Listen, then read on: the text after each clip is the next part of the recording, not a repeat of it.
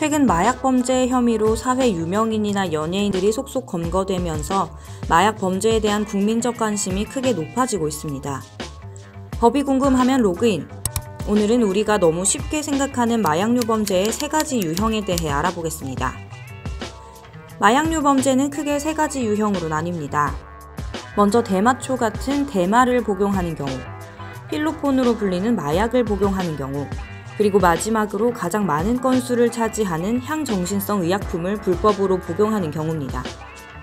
마약류 관리에 관한 법률에 따르면 마약류 취급자가 아닌 사람은 누구든지 대마나 마약 또는 향정신성 의약품을 투약해서는 안 됩니다.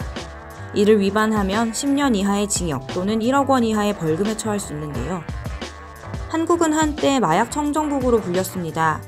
최근 수년간 마약 사범 검거 수치를 보면 이런 마약 청정국이란 위상이 크게 흔들리고 있는데요. 한국의 마약 사범은 2015년 11,916명으로 처음으로 1만 명을 돌파하는가 싶더니 2016년 14,214명으로 역대 최고치를 찍습니다. 이후 2017년 14,123명, 2018년 12,613명으로 다소 감소세를 보이는데요.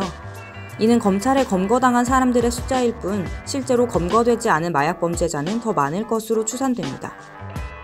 특히 20대 마약 사범이 크게 증가하고 있는데요.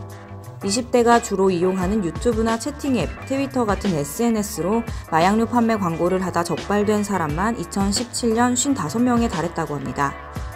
참고로 마약은 실제 거래가 이뤄지지 않았더라도 그 판매 광고를 한 것만으로도 처벌 대상이 됩니다. 마약류 관리에 관한 법률에 따르면 마약 및 향정신성 의약품은 관련 전문 매체 이외에 다른 방법으로는 광고를 하지 못하도록 하는데요. 이를 어길 경우 1년 이하의 징역 또는 1,000만 원 이하의 벌금에 처할 수 있습니다.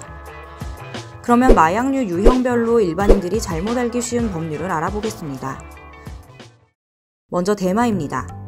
네덜란드나 캐나다, 우루과이 같은 곳에서는 대마초가 합법입니다.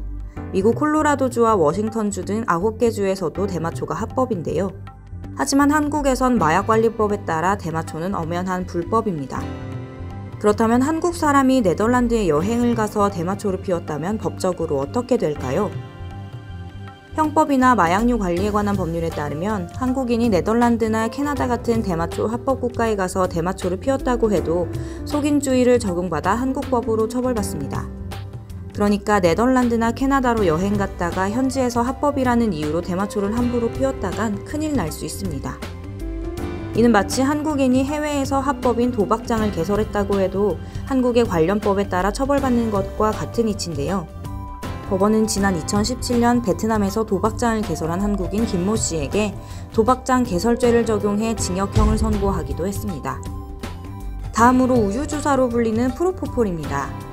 프로포폴은 마취와 진통 완화를 위해 개발된 의약품인데요.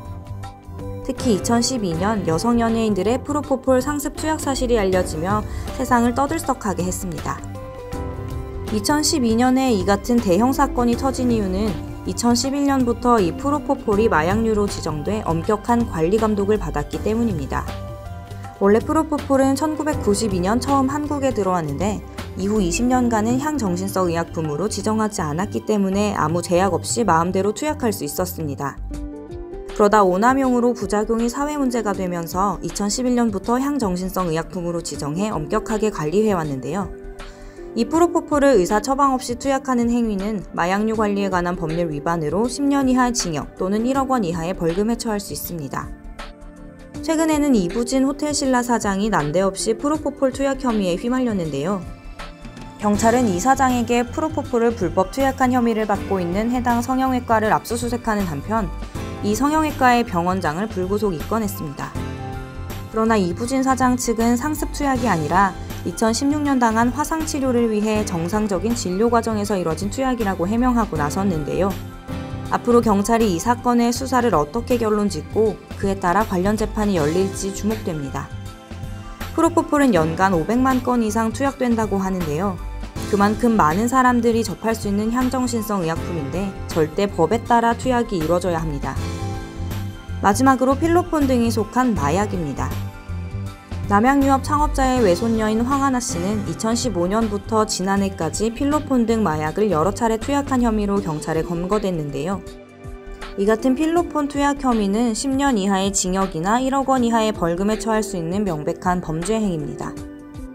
경찰 조사 결과 황 씨는 타인의 명의로 클로나제팜 같은 향정신성 의약품을 처방받아 복용한 정황도 드러났는데요. 또 다른 마약관리법 위반 행위로 앞으로 재판 결과가 주목됩니다. 대마초로 대표되는 대마와 필로폰 같은 마약, 프로포폴이나 클로나제팜 같은 향정신성 의약품, 언제든지 여러분의 삶을 파괴할 수 있으니 절대 조심해야 합니다.